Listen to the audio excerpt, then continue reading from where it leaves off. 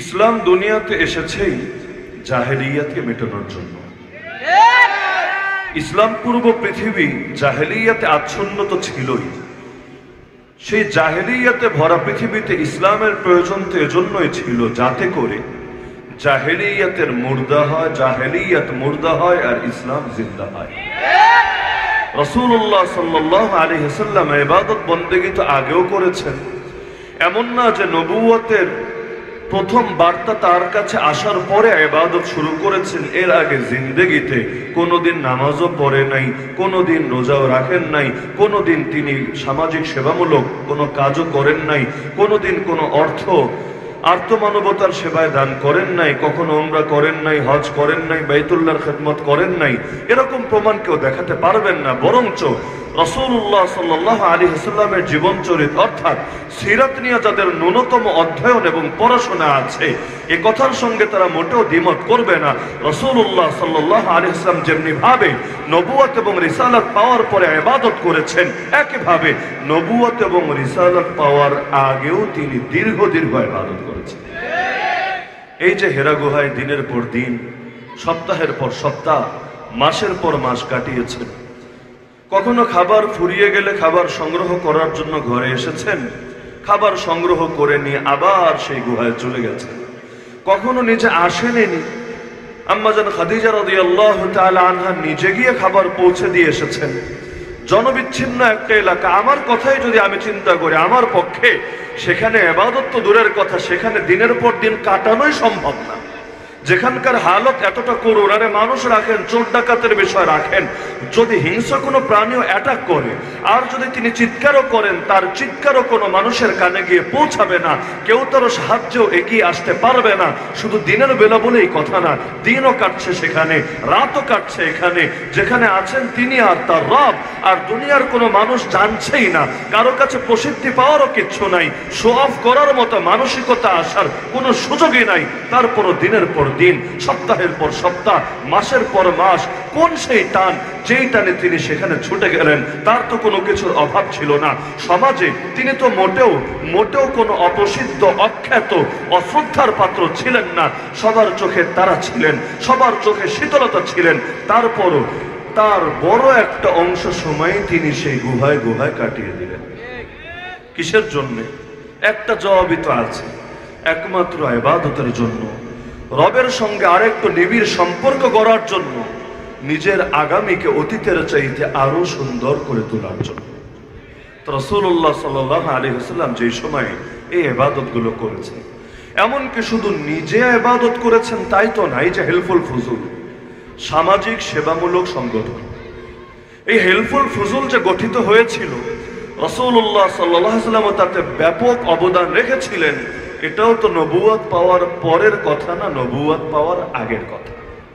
তো ইসলামের জন্য, দ্বীনের জন্য অথবা নিজের ইবাদত বন্দেগীর জন্য ফিকির সবচেয়ে 40 বছরের পরে স্টার্টিং হয়েছে এমন তো না, আগেও করেছেন, পরেও করেছেন।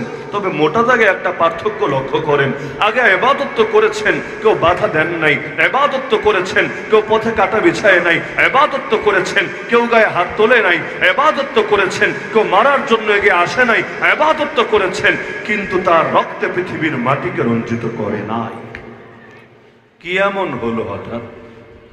মানুষটা আগেও ইবাদত করলো, কেউ কিচ্ছু বললো না, বললো তো নাই, উল্টো সবাই তাকে চিন্তা আল আমিন, আমানতদার হিসাবে চিন্তা, আস-সাদিক, সত্যবাদী হিসাবে। কত বেশি সত্যবাদী মনে করতো, সেই ঘটনা শুনলেই তো বুঝে আসে।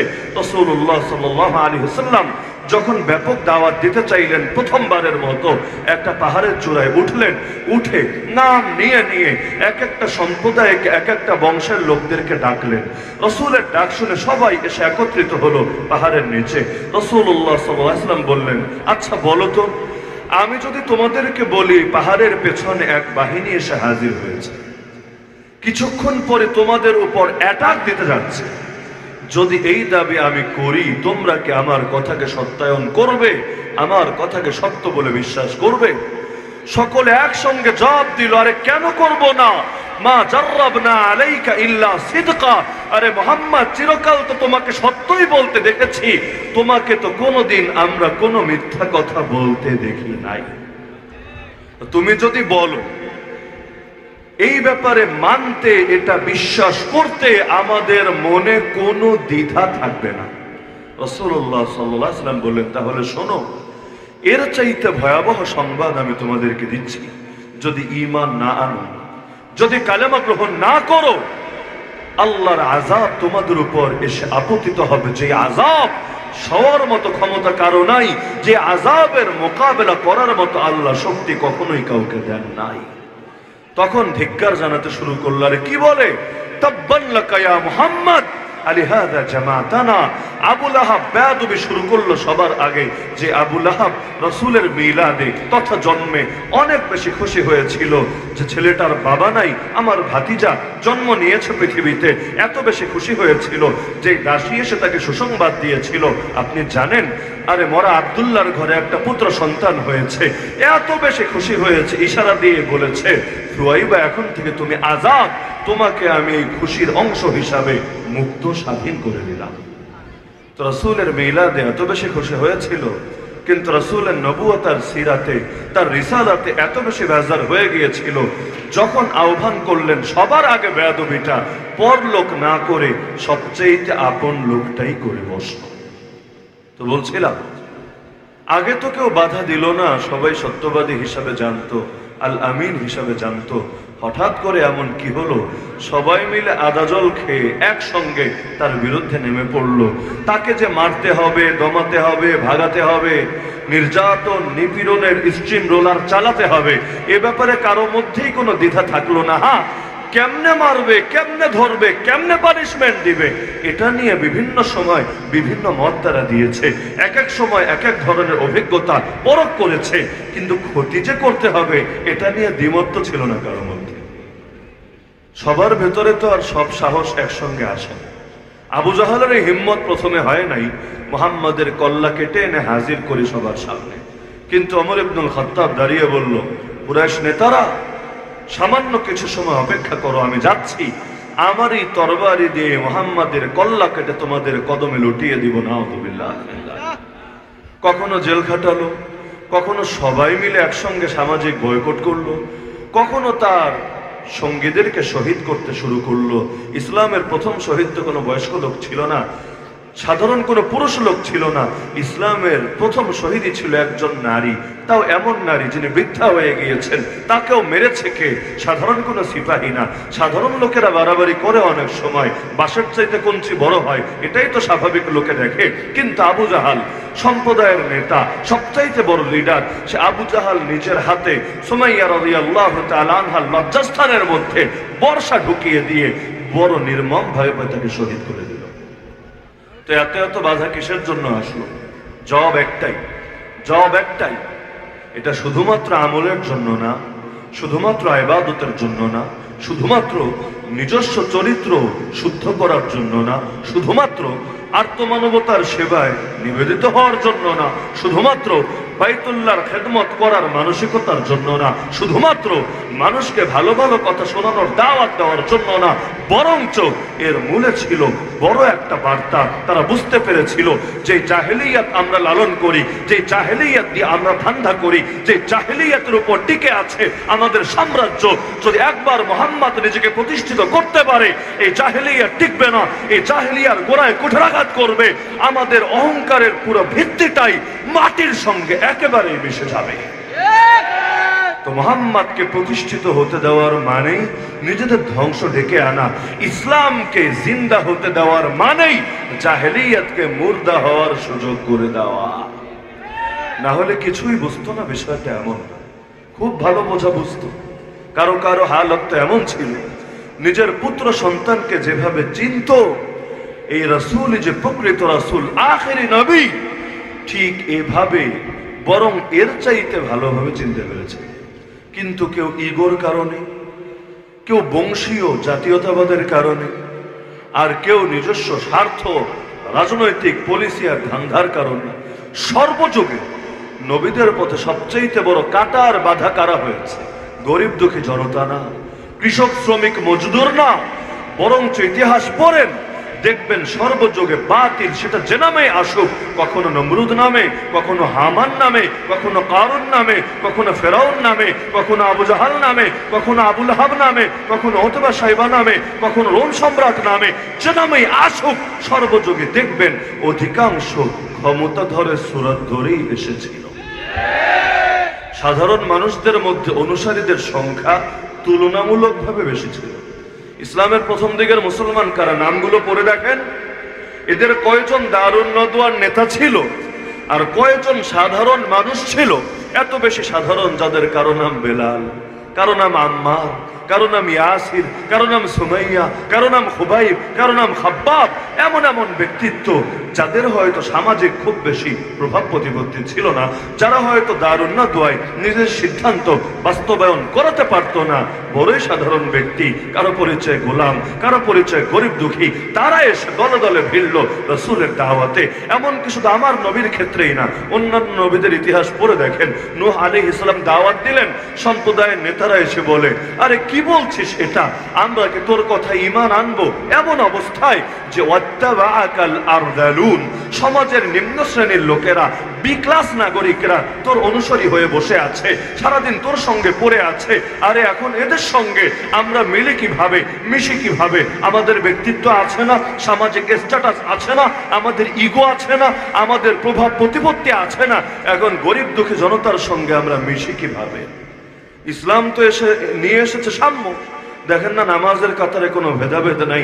রাজা হও আর প্রজা হও, শ্বেতাঙ্গ হও আর কৃষ্ণাঙ্গ হও, ধনী হও আর দরিদ্র হও, অফিসার হও, সাধারণ কর্মচারী হও, একসঙ্গে দাঁড়াতে হবে। একেবারে কোনো ফাঁকা না রেখে, একটু আকপিছ না করে, কাতারকে সোজা করে। কাতার যদি সোজা না করে, শয়তান বাকি সুযোগটা নেওয়ার যা নেওয়ার নিয়ে নিবে। কাতার সোজা করা তো বড়ই গুরুত্বপূর্ণ এক দায়িত্ব। এই কাতার সোজা করার মধ্যেও তো ইসলাম তার সাম্যের আদর্শ দুনিয়াকে দেখিয়ে দিয়েছে। এখন যারা ইগোওয়ালা তারা কি আর এটা মানতে পারে? এই যুগে দেখেন না, কোনো আলেমের নাম যদি উপরে থাকে আর এলাকার পাতি নেতা অথবা টাকাওয়ালার নাম নিচে থাকে, অনেক সময় সইতে পারে না, কলিজার ভেতর দাউ দাউ করে আগুন জ্বলে। আর যদি নাম টোটালি নাই দেয়, যে পোস্টারে শুধু আলেম ওলামার নাম থাকবে, কারণ মানুষ তো তোমাদের ওয়াজ শোনার জন্য আসে না। তোমরা ওয়াজ শোনাতে মনে চাইলে নিজেরা আয়োজন করো, বিরিয়ানির প্যাকেট দিতে থাকো, প্রয়োজনে মোটরসাইকেলে তেলও ভরে দাও, আরো মনে চাইলে প্রত্যেকের পকেটে 500 টাকার নোটও দিয়ে দাও, তারপর নিজেরা আয়োজন করো। কিন্তু কোরআনের টানে যারা ছুটে আসে, ইমানের টানে যারা ছুটে আসে, তোমাদের লেকচার শোনার জন্য আসে না, তোমরা তাদের সময়কে নষ্ট করবা এজন্য কেউ বসে না। যারা আসে ওলামায়ে কেরামের চেহারা দেখবে, যারা আসে ওলামায়ে কেরামের জবান থেকে কোরআন শুনবে, যারা আসে ইসলামের আলোকে নিজের জীবন কিভাবে সাজাবে এর শিক্ষা পাবে বলেই তো আসে। এরপরও অপ্রাসঙ্গিক হওয়া সত্ত্বেও নাম যদি একটু উপর নিচ হয়, অথবা ছোট সাইজে হয়, অথবা টোটালি না থাকে, অনেক সময় টাকা তো দেয় না, উল্টো মাহফিল বন্ধ করার জন্য ধান্দা করে। তো এখন দুনিয়ার মানুষদের হালত এমন। আল্লাহ রাসূল সাল্লাল্লাহু আলাইহি ওয়াসাল্লামের ক্ষেত্রেও কতবার এমন হলো, কতবার কত ভাবে ওকে তারা বোঝাতে চাইলো। আল্লাহ তাআলা নিজে বলে দিলেন, শোনো নবী, সাবধান, ওয়াসবির নাফসাকা মাআল্লাযীনা ইয়াদউনা রাব্বাহুম বিলগাদাতি ওয়াল আশি ইউরিদুনা ওয়াজহা ওয়ালা তা'দু আইনাকা আনহুম তুরিদু যিনাতাল হায়াতিদ দুনিয়া ওয়ালা তুতি' মান আগফালনা কলবাহু আন যিকরিনা ওয়াত্তাবা হাওয়া ওয়া কানা আমরুহু ফুরুতা। হে রাসূল, নিজেকে ব্যস্ত রাখেন সেই সমস্ত মানুষদের সঙ্গে যারা সকাল এবং সন্ধ্যা রব্বুল আলামিন আল্লাহকে ডাকে, তাদের থেকে চোখ সরাবেন না, তাদের থেকে অন্য কাজে নিজেকে মশগুল করবেন না। শোনেন রাসূল, আমি যাদের অন্তরকে আমার জিকির থেকে গাফেল করে দিয়েছি, ঈমান থেকে, দিন থেকে, কোরআন থেকে, শরিয়ত থেকে গাফেল করে দিয়েছি, আপনি তাদের কথা শুনবেন না। তারা বাড়াবাড়ি করে, তারা সীমালঙ্ঘন করে, আপনি তাদের আনুগত্য করবেন না। এই মানুষগুলো গরিব দুঃখী হতে পারে, সাধারণ মানুষ হতে পারে, সমাজে তাদের দাম না থাকতে পারে, কিন্তু আসমানে তাদের বড় দাম। আপনি এদেরকে বাদ দিয়ে কাফের মুশরিকদেরকে নিয়ে বেশি ব্যস্ত হয়েন না। রাসূলুল্লাহ সাল্লাল্লাহু আলাইহি ওয়াসাল্লাম তো জানিয়েছেন, টাকা বেশি হলে আসমানে দাম বেশি হবে, ক্ষমতা বেশি হলে রব্বুল আলামিনের কাছে মাকাম বড় হবে, এমন তো কথা না। যদি হতো, দুনিয়ায় ক্ষমতাধরের সংখ্যা কম, টাকাওয়ালার সংখ্যা কম, গরিব দুঃখী আর সাধারণ মানুষের সংখ্যাই তো বেশি। সকলের জন্য রহমত আর বরকতের দরজা তো বন্ধই হয়ে যেত। কিন্তু রাসূলুল্লাহ সাল্লাল্লাহু আলাইহি ওয়াসাল্লাম বলেন, সহিহ বুখারীর হাদিস, তুবা লিআবদিন আখিদিন বিআইনানি ফারাসিহি ফি সাবিলিল্লাহ أشعث رأسه مغبرة قدماه إن كان في الحراسة كان في الحراسة وإن كان في الساقة كان في الساقة إن استأذن لم يؤذن له وإن شفع لم يشفع। আরে জানো সুসংবাদ কার জন্য? সুসংবাদ তো আল্লাহর সেই বান্দার জন্য যে নিজের ঘোড়ার লাগাম ধরে রাখে জিহাদের ময়দানে আল্লাহর পথে, তার চুলগুলো উস্কো খুস্কো, পাগুলো ধুলো মলিন, তার অবস্থা এমন সমাজে তার কোনো দাম নাই, তাকে কখনো পাহারায় ফেলে রাখে, সে পাহারায় পড়ে থাকে, কখনো বাহিনীর পেছনে যেতে বলে, পেছনেই সে দায়িত্ব পালন করতে থাকে, তার অবস্থা এমন কখনো অনুমতি চাইলেও তাকে কেউ অনুমতি দেয় না, কখনো কারো জন্য সুপারিশ করলেও তার সুপারিশ কেউ কবুল করে না, দুনিয়ার চোখে তার কোনো দাম না, কিন্তু আল্লাহর কাছে তার বড় দাম, তার জন্য জান্নাতের সুসংবাদ। অন্য এক সহিহ হাদিসে এটাও আছে, রাসূলুল্লাহ সাল্লাল্লাহু আলাইহি ওয়াসাল্লাম বলেন, ইন্না আগবাতা আউলিয়াই ইনদি লামুমিনুন খাফিফুল হাদ যু হাজ্জিন মিনাস সালাত আহসানা ইবাদাত রাব্বিহ ওয়া আতাআহু ফিস সির ওয়া কানা গামিদান ফিন নাস لا يشار له بالأصابع ورزق كفافا فصبر على ذلك وقنعه الله بما آتاه ثم نقر بيده فقال عجلت منيته قلت بواكيه قل تراثه। রাসূল বলেন, দুনিয়ায় আমার যত বন্ধু আছে, আমার যত ওলি আছে, এর মধ্যে সবচাইতে বেশি ঈর্ষা করি আমি সেই মুমিনকে নিয়ে যার কাঁধের বোঝা হালকা, অর্থাৎ মাল সামানা কম, দুনিয়ার পেরেশানি, দুনিয়ার সম্পত্তি, দুনিয়ার ঝামেলা বড় কম, সে নফল ইবাদত বন্দেগী করে, নামাজ আদায় করে, রবের ইবাদত করে ইহসানের সঙ্গে, যেন নিজের চোখে রবকে দেখছে বা অন্তত রব্বুল আলামিন যে তাকে দেখছে এটা স্মরণ রেখে রেখে। আর আল্লাহর ইবাদত শুধু লোক দেখানোর জন্য বাইরে বাইরে যে করে এমন না, বরঞ্চ যেখানে কেউ দেখবে না, জানবে না, শুনবে না, দুনিয়ায় কোনো প্রভাব পড়বে না, সেখানেও লুকিয়ে লুকিয়ে একা একাই আল্লাহ রব্বুল আলামিনের ইবাদত করে, আনুগত্য করে, কিন্তু সমাজে কেউ তাকে চেনে না, কেউ তার দিকে আঙ্গুল তুলে ইশারা করে না, সে কোনো পাবলিক ফিগারও না, সেলিব্রিটিও না, আর তার রিজিকের অবস্থা এমন, নবী বলছেন পর্যাপ্ত পরিমাণ রিজিক পেয়েছে, খুব বেশিও পায় নাই, আবার না খেয়ে কষ্ট করতে হয় এমনও না, যতটুকু হলে কোন রকম দুনিয়া চলে এতটুকুই পেয়েছে, এটা পেয়েই সবর করেছে, শুধু সবর না, আল্লাহ ভালোবেসে দয়া করে যা দিয়েছে তার উপরই খুশি হয়ে গেছে, অল্পে তুষ্ট হয়েছে। নবী বলেন, এমন মুমিন আমার ঈর্ষণীয় বন্ধু হতে পেরেছে। সূরা আবাসা যারা পড়েছেন তো দেখার কথা, রাসূলুল্লাহ সাল্লাল্লাহু আলাইহি ওয়াসাল্লাম একদিন কুরাইশের বড় বড় নেতাদের নিয়ে বসলেন। বড় নেতাদের তো আর চাইলেই বসানো যায় না, অনেক ফিকির করে বহুদিন মেহনত করে একসঙ্গে এনে বসানো যায়। তো রাসূল বসালেন কিসের জন্য? রাসূল তার দাওয়াত খাওয়ানোর জন্য, সেলফি তোলার জন্য বসাবেন না। রাসূল তাদেরকে বসালেন এই সুযোগে ঈমান আমলের দাওয়াত দেওয়ার জন্য। তো এখন বড় বড় ফিগাররা সামনে বসা, রাসূল তাদেরকে ঈমান আমলের দাওয়াত দিবেন, এমন সময় হঠাৎ করে এক অন্ধ সাহাবী হাজির। অন্ধ তো আর সামনে কিছু দেখে না, আবু জাহাল বসা না আবু লাহাব বসা, বড় নেতা বসা না সামান্য পিঁপড়া বসা, এগুলো তো আর তার চোখে ধরা পড়ে না।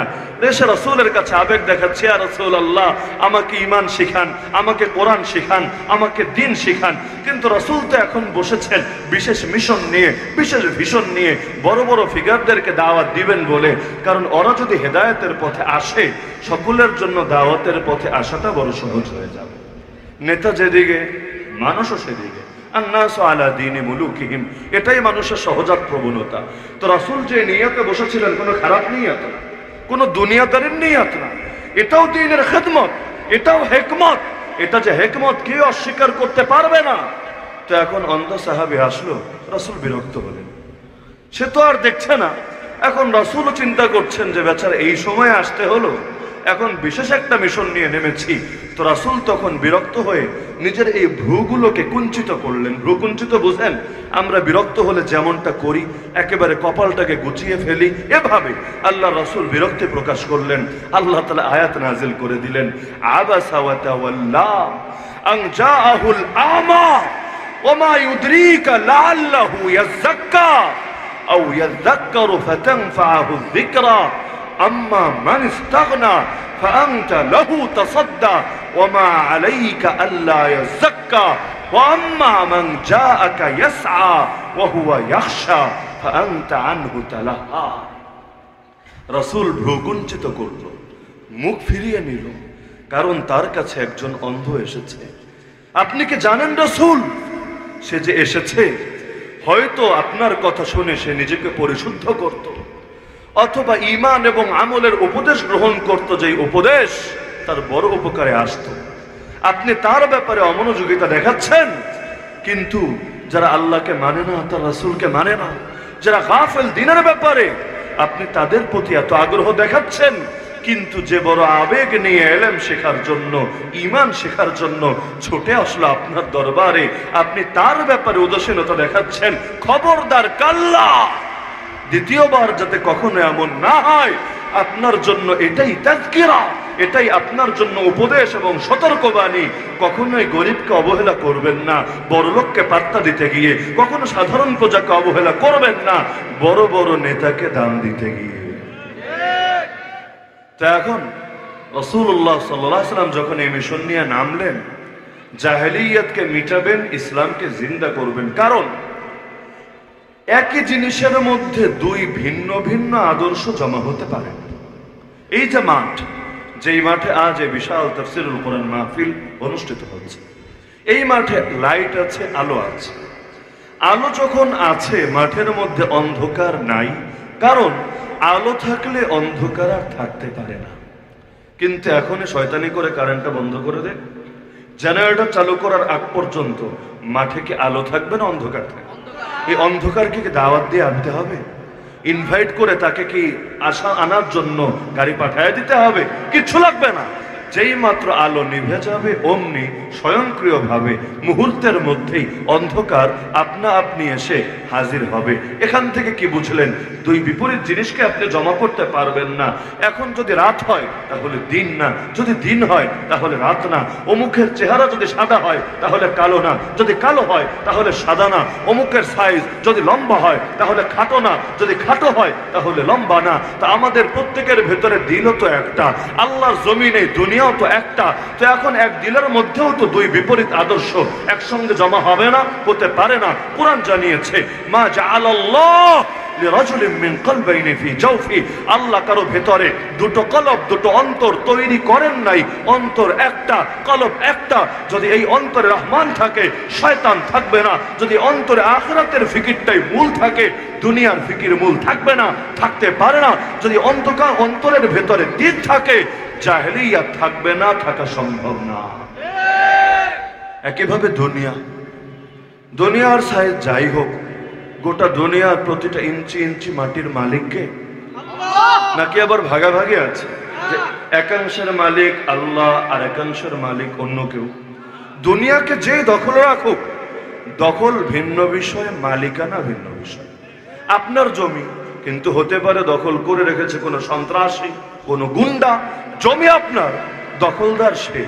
দখলের নিয়ে আলাপ করছে না, মালিকানা নিয়ে আলাপ করছি। মালিকানা কার? আমাদের প্রত্যেকেরও মালিকানা কার? আমার চোখের মালিকও আমি না, তাই তো যেদিকে তাকাতে ইচ্ছা করে চাইলেই তাকাতে পারি না। আমার কানের মালিক তো আমি না, যা শুনতে মনে চায় মনে চাইলেই শুনতে পারি না। আমার মুখের মালিক তো আমি না, যা মুখে দিতে মনে চায় আর মুখ দিয়ে যা বলতে মনে চায় সবকিছুই চাইলেই ঢুকাতে পারি না, চাইলেই বলে ফেলতে পারি না। আমার দিলের মালিকও তো আমি না, চাইলে যা মনে চায় শুয়ে শুয়ে বসে বসে কল্পনা আর ভাবনা করতে পারি না। আরে আমার লজ্জাস্থানের মালিকও তো আমি না, যেখানে ইচ্ছা সেখানে এটাকে ব্যবহার করে যেভাবে মনে চায় সেভাবে গুনাহ করব, এই ক্ষমতাও তো আমার না। আর আমাকে দিয়েছেন ব্যবহার করতে, যাকে ব্যবহার করতে দেওয়া হয় তার কাজ শুধু ব্যবহার করা। যিনি দিয়েছেন, যেভাবে বলেছেন সেভাবেই ব্যবহার চালিয়ে যাওয়া। এর উপর নিজস্ব মালিকানা নাই বলেই যেখানে ইচ্ছা যেভাবে ইচ্ছা এগুলোকে চালানো যায় না। তো গোটা পৃথিবীতেও আল্লাহ আমাদেরকে খলিফা বানিয়েছেন, প্রতিনিধি বানিয়েছেন, ব্যবহার করতে দিয়েছেন। মালিকানা তো দেন নাই। মূল মালিকানা কার? আল্লাহ। এক আরব বেদুইন বড় সুন্দর এক বাক্যে পুরো বাস্তবতা বুঝিয়ে দিয়েছে। বেচারা অনেকগুলো উট নিয়ে যাচ্ছিল। মরুভূমির মানুষ যাযাবর জীবন যাপন করে, উট চড়িয়ে খায়, এটাই তাদের পেশা, এটাই তাদের নেশা। একজন জিজ্ঞেস করলো, এতগুলো উট তোমার? আচ্ছা, উটগুলো মূল মালিককে? উটগুলোর মালিক কি তুমি নাকি অন্য কেউ? অর্থাৎ কখনো তো মালিকও রাখালি করে, কখনো আলাদা রাখাল রেখে রাখালি করায়, যেমন গাড়ির ড্রাইভার কখনো মূল মালিকই ড্রাইভিং করে, মূল মালিক মানে দুনিয়ার চোখে যে মালিক সে ড্রাইভিং করে, আর কখনো নিজে চালায় না, নিজে বসে থাকে পেছনে আর অন্য ড্রাইভার দিয়ে চালায়। তো একজন কৌতূহল হিসাবে জিজ্ঞেস করছে, উটগুলো কি তোমার নাকি অন্য কারো? তুমি জাস্ট রাখাল হিসাবে এগুলোকে নিয়ে এসেছো, স্বাভাবিক প্রশ্ন। কিন্তু আল্লাহর বান্দা এমন একটা বাক্যে জবাব দিল, সুবহানাল্লাহ। বেচারা বলল, লিল্লাহি ফিয়াদি, লিল্লাহি ফিয়াদি, আরে মালিকানা আল্লাহর রয়েছে আমার হাতে। কি কঠিন এক বাস্তবতা, ছোট্ট এক বাক্যে এত ছোট বাক্য দিয়ে বাস্তবতা বোঝানো আমার মতো দুর্বল মানুষের পক্ষে সম্ভব না। লিল্লাহি, মালিকানা তো আল্লাহ, ফিয়াদি, রয়েছে আমার হাতে, আমি মালিক না, আমি মালিক না, আল্লাহ আমাকে দিয়েছেন জাস্ট ব্যবহার করতে। এজন্যই তো সন্তুষ্টির পথে ব্যবহার করলে সব আর সব, অসন্তুষ্টির পক্ষে ব্যবহার করলে গুনাহ আর গুনাহ। একটা সিনেমা হল বানায় গেলেন, মাথার ঘাম পায়ে ফেলে অর্থ উপার্জন করে, এরপর মরেই গেলেন। যতদিন পর্যন্ত এই সিনেমা হলে সিনেমা চলতে থাকবে, লোকেরা এগুলো দেখতে থাকবে, দেখে গুনাহের প্রতি আকৃষ্ট হতে থাকবে, কবরে শুয়ে শুয়ে হতো বিনামূল্যে গিফট পেতেই থাকবে। আবার কষ্ট করে একটা মসজিদ বানিয়ে গেলেন, মাদ্রাসা বানিয়ে গেলেন, অথবা নিজের বাচ্চাটাকেই মানুষের মতো মানুষ, দিনদারের মতো দিনদার বানিয়ে গেলেন, অথবা মাদ্রাসার একজন ছেলেকে আলেম, হাফেজ, দ্বীনের সৈনিক বানিয়ে গেলেন, চলে গেলেন, কবরে শুয়ে থাকলেন। আর এই বাচ্চাগুলো যতদিন আমল করবে, এই মসজিদ মাদ্রাসায় যতদিন ইলম আমলের চর্চা হবে, কবরে শুয়ে শুয়েও সব হাদিয়া পেতে থাকবে।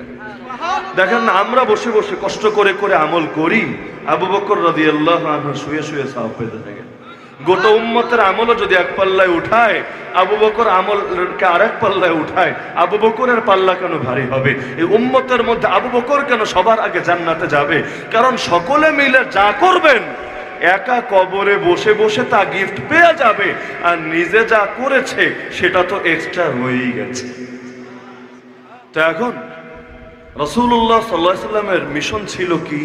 দ্বীনকে জিন্দা করা, আর দ্বীন বিরোধী যে জাহেলিয়াত সেটাকে মুর্দা বানানো। বলবেন দলিল কি? এটা কি আপনার দাবি? এটার পক্ষে দলিল রবের বাণী।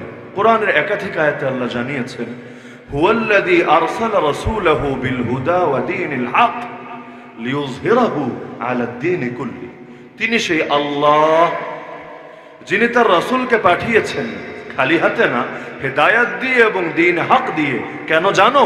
কারণ আমি নিজেই বলে দিচ্ছি, শোনো, লিইয়ুযহিরাহু আলাদ দীনি কুল্লি। আল্লাহর রাসূল পৃথিবীতে এসে ইসলামকে দুনিয়ার সব দ্বীনের উপর জিন্দা করবেন বলে। দ্বীন বলে কাকে? হয়তো আমরা অনুবাদ করব ধর্ম বলে, কিন্তু দ্বীন আর ধর্ম শব্দ দুটো সমার্থক না। দ্বীন শব্দটা ধর্ম শব্দের চাইতে অনেক ব্যাপক। যেমন যেগুলো ধর্ম না কিন্তু পূর্ণাঙ্গ একটা আদর্শ, এবং এমন আদর্শ যেটা ইসলাম বিরোধী আদর্শ, সমাজে সেটাকে ধর্ম বলে না, কিন্তু আরবিতে সেটাকেও দ্বীন বলা হয়। তো এখানে উদ্দেশ্য এটা না যে বাকি সব ধর্মের উপর নবী ইসলামকে জিন্দা করবেন, যেগুলো ধর্ম না সেগুলোর উপর ইসলামকে জিন্দা করার দরকার নাই। যেমন নাস্তিকতা, নাস্তিকতাকে দুনিয়ার লোকে কি ধর্ম বলে? বলে না। কারণ নাস্তিকরা কেউ তো আর ধার্মিক বলে না, ধর্ম মাননেওয়ালা বলে না, বরঞ্চ সব ধর্ম থেকে যে নিজেকে মুক্ত করে। সাধারণভাবে লোকে নাস্তিক বললে এমন টাইপের প্রোডাক্টগুলোকেই বোঝে। তো নাস্তিক এবং নাস্তিকতা এই শব্দ শুনলে আমাদের মাথায় ধর্ম এবং ধার্মিকের কোনো চেতনা আসে না। এখন কেউ দাবি করতে পারবেন রাসূল পৃথিবীতে এসেছেন কিন্তু নাস্তিকতাকে মেটানোর জন্য আসেন নাই, রাসূল পৃথিবীতে এসেছেন শাহবাগীদের আদর্শকে মেটানোর জন্য আসেন নাই, রাসূল পৃথিবীতে এসেছেন কিন্তু আসাদ নূরদেরকে উচিত শিক্ষা দেওয়ার জন্য আসেন নাই।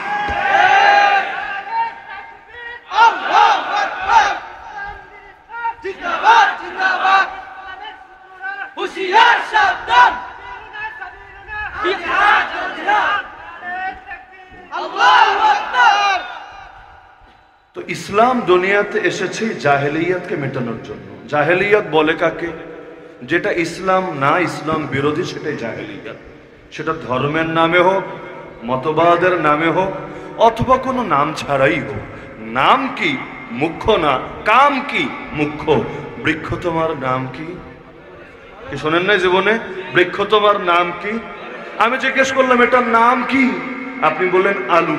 কিন্তু যখন ফল ধরলো আমি দেখলাম পটল ধরেছে, আমি কিন্তু এটাকে আলু বলবো না, পটলই বলবো। কেউ নিজেকে দাবি করলো, মনে করেন বড় কোনো দাবি। বাংলাদেশে বহুত ইমাম মাহদি আছে, জানেন না আপনারা? এই বাংলাদেশে অনেকগুলো ইমাম মাহদি আছে, স্বঘোষিত, নামধারী, তথাকথিত।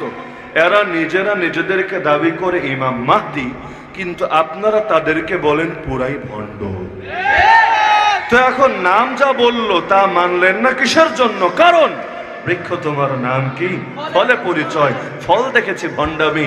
নাম তুমি মাহদি দাও, নাম তুমি যাই দাও। নাম যদি দাও সুন্নি, কাম করো বেদাতি। নাম যদি দাও আশিকে রাসূল, কাম যদি করো দুশমনি। নাম যদি দাও আহলে সুন্নাত, কিন্তু কাজ করো আহলে বেদাত। নাম যদি দাও বড় আল্লাহ ওয়ালা, কিন্তু কাজ করো শয়তান ওয়ালা। তাহলে আমরা তো তোমাদের নাম দেখে প্রতারিত হব না, কাম দেখেই তোমাদের সঙ্গে আচরণ করব। দেখেন না, নাম দেয় আল্লাহ ছাড়া কারো কাছে কিছু চাই না, আল্লাহ ছাড়া কাউকে কিছু বলি না। কিন্তু যখন বিপদে পড়ে তখন আর আল্লাহর কাছে ছুটে যায় না, ছুটে যায় কার কাছে? গিয়ে কবরে বলে, কবরওয়ালা আমারে একটা বাচ্চা দাও না। কেমনে দেবে কবরওয়ালা? যদি জিন্দা থাকতো। অনেক সময় তো বিভিন্ন 2 নম্বরে চলে দুনিয়ায়, যদি জিন্দা থাকতো আর তারে গিয়া বলতে একটা বাচ্চা দেও না, হয়তো ডাটাকে বলবো অন্য কোনো মাধ্যমে একটা চেষ্টা করতো।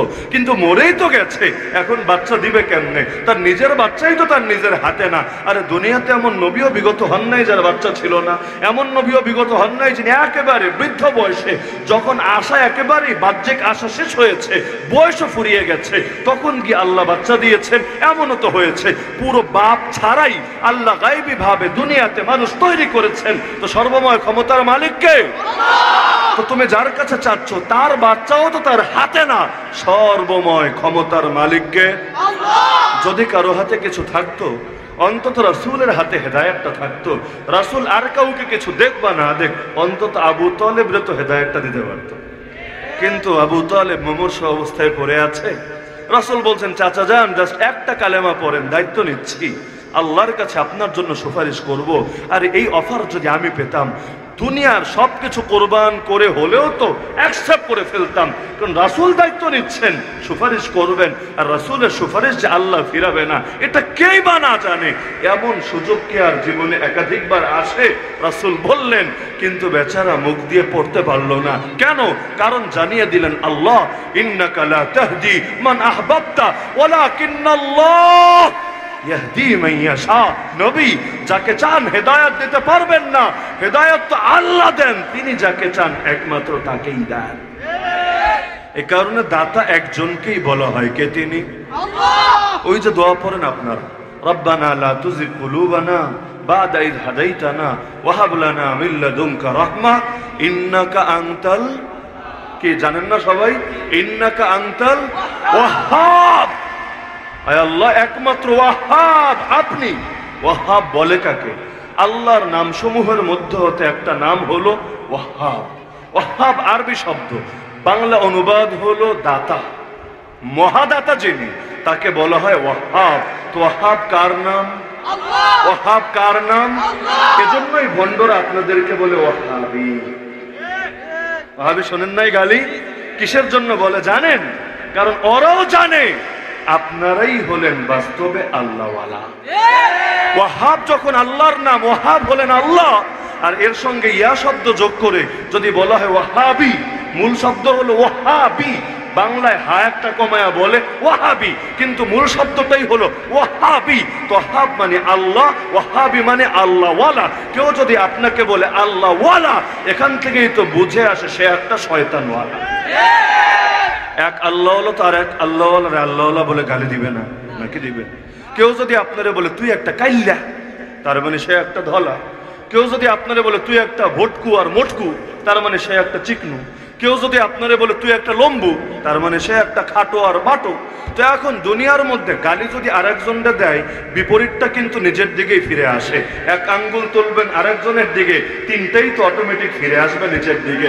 তো এখন আপনাকে গালি দিব ওয়াহাবি, আল্লাহওয়ালা, গালি হিসাবে যখন বলছে, বলি হিসাবে তো আর বলে না, তখন তো আপনি বলতে পারেন না সেও আল্লাহওয়ালা, কারণ সে তো গালি দিচ্ছে আপনাকে আল্লাহওয়ালা বলে। তার মানে তার চোখে আল্লাহওয়ালা হওয়া পাপ, আল্লাহ হওয়া অপরাধ। তাহলে সে যখন বলছে আপনাকে আল্লাহওয়ালা, তাহলে আপনার তো আর বলতে কোনো বাধা থাকে না, তুই একটা ইবলিসওয়ালা, তুই একটা শয়তানওয়ালা, তুই একটা বাতিলওয়ালা, তুই একটা তাগুতওয়ালা। ওই যে বৃক্ষ তোমার নামকে কামে পরিচয়, কামেও পরিচয় পাওয়া যায়, ফলেও পরিচয় পাওয়া যায়। এই কারণে বিপদে পড়লেও আল্লাহর কাছে বলা দরকার, আল্লাহরে না বলে বাবার কাছে ছুটে যায়। এমনকি সাধারণ সাধারণ বিষয় নিয়ে, বাবা, বাবাজি, ওই দেখো অমুক আমাদের বিতর্কের আহ্বান জানিয়েছে, ওই দেখো আমার বিতর্কের আহ্বান অমুকে কবুল করে নিয়েছে, হায় হায় এখন আমার কি হবে? বাবা, কবর থেকে একটু দোয়া দাও, একটু তাওয়াজ্জু দাও। তুমি তোমার জীবনে যেমন এদেরকে নাকানি চুবানি খাইয়েছ, ওদের প্রেতাত্মাদেরকে, ইয়াজিদের 20,000 বাহিনীরে শিক্ষা দেওয়ার মতো তুমি আমার সুযোগ দাও, তৌফিক দাও। তা আল্লাহর না বলে বাবার কাছে কেন? তাও একান্তে না বলে লাইভ করে আর দুনিয়াকে দেখিয়ে কেন? তার মানেই তো বৃক্ষ তোমার নাম কি, বৃক্ষ তোমার নাম কি, ফলে পরিচয়। তো বলছিলাম ধর্ম, দিন শব্দ দুটো সমার্থক না, দিন একটু ব্যাপক। এখন ধর্মের নামে হোক আর ধর্মের নাম ছাড়া হোক, যেটাই ইসলাম বিরোধী জাহেলিয়াত, সেটাকেই বলা হয় অন্য দিন। দুনিয়াতে ইসলাম নামক দিন এসেছেই বাকি সকল দিনকে নিশ্চিহ্ন করার জন্য। কেয়ামতের একটা আলামত রাসূলুল্লাহ সাল্লাল্লাহু আলাইহি ওয়াসাল্লাম বলেছেন, কেয়ামতের আগে লোকে মদ তো খাবে, কিন্তু ইউসাম্মুনাহা বিগাইরি ইসমিহা, মদকে মদ বলে ডাকবে না, ভিন্ন নামে ডাকবে। এই যুগে ডাকে কি না? যদি বলে মদখোর, শুনতে কেমন কেমন লাগে, কিন্তু একটু ড্রিঙ্কস করে, শুনতে তো ভালোই লাগে। ড্রিঙ্কস করে কি এমন সমস্যা? মাহফুল তো মাহজুব, এটা তো আর বলে নাই কি ড্রিঙ্কস করে, পানি ড্রিঙ্কস করে নাকি পানীয় ড্রিঙ্কস করে নাকি এনার্জি ড্রিঙ্কসটারে ড্রিঙ্কস করে নাকি মদ খায়, বলে না। সুদখোর, শুনলেই কেমন লাগে, ইন্টারেস্ট, মুনাফা, শুনলে ভালো লাগে না? শুনলে ভালো লাগে না? গান, হুজুর মানুষ গান শোনে, শুনলেই তো শরীরে আলাদা ধরনের রাগ কাজ করে, কিন্তু হুজুর মানুষ মিউজিক মিশ্রিত নাশিদ শোনে, শোনে না? মিউজিক মিশ্রিত নাশিদ কোন ক্ষেত্রে শোনে? আরে এই মিউজিক যদি মাহের জেন ব্যবহার করে তখন হারাম, যদি সামি ইউসুফ ব্যবহার করে তখন হারাম, আর যদি আমাদের সেলিব্রিটি শিল্পীরা ব্যবহার করে তখন আরাম। আর যদি মিউজিকটা হয় আল কুদস নিয়ে বানানো সঙ্গীতের ক্ষেত্রে, যদি মিউজিকটা হয় আমাদের চেতনা, আমাদের প্রেরণার কোনো সঙ্গীতের ক্ষেত্রে, তাহলে তো ব্যাপারই না। নিজেরাও ধুমায়া শেয়ার দিতে হবে, নিজেরাও তো শুনতে হবে, গোটা জাতিরে শোনাতে হবে, কারণ এটার মধ্যে যেহেতু আল কুদসের কথা আছে। এখন কথা যেহেতু ভালো, সুতরাং মিউজিক থাকলেও সমস্যা নাই, এটা কখনোই হবে না আর কালো। এখন দেখেন না, লোকেরা বলে আমরা সিয়াসিত্তা পড়ি, এমনকি সিয়াসিত্তার মধ্যে মিশকাত শরীফের নামও বলে। তো সিয়াসিত্তা পড়ো, মিশকাত শরীফ পড়ো, ভালো কথা, কামটা কি করো? কামটা কি করি জানো না? এখন যে গানটা তোমাদেরকে শোনাবো এই কামটাই আমি করি। তো সিয়াসিত্তা পড়লেই কি, মিশকাত শরীফ পড়লেই কি? সারা জীবন যদি আউল বাউল আর ললনের গান নিয়েও কেউ পড়ে থাকে, সে সিয়াসিত্তা না। সে যদি কোরআন শরীফটারও গলার মধ্যে ঝুলা রাখে, এই কোরআন কি তার আদৌ উপকারে আসবে? ফুকাহায়ে কেরাম লিখেছেন, কেউ যদি ইচ্ছাকৃত নাপাক অবস্থায় সেজদা করে, কেন? তাচ্ছিল্য হিসাবে, অবজ্ঞা হিসাবে, তাহলে তাকে আর মুসলমানই বলা যায় না, সে কাফের হয়ে যাবে। কেউ যদি বিসমিল্লাহ বলে মদ পান করে ইচ্ছাকৃত ভাবে, বিসমিল্লাহ বলে জিনা করে ইচ্ছাকৃত ভাবে, ইচ্ছাকৃত শব্দটা আমি অ্যাড করছি এজন্য, অনেকের আছে খাসলত, কিছু শব্দ এদের মুখে অটো মুদ্রা দোষের মতো, জায়গা হোক অজায়গা হোক এই শব্দ খালি বলতেই থাকে, বলতেই থাকে, বলতেই থাকে। বলবেন কেমন আছেন? বলবে ভালো আছি ইনশাআল্লাহ। আপনার বাচ্চাটার কি অবস্থা? বলবে বাচ্চাটা তো মারা গেছে ইনশাআল্লাহ। বলে না এরকম?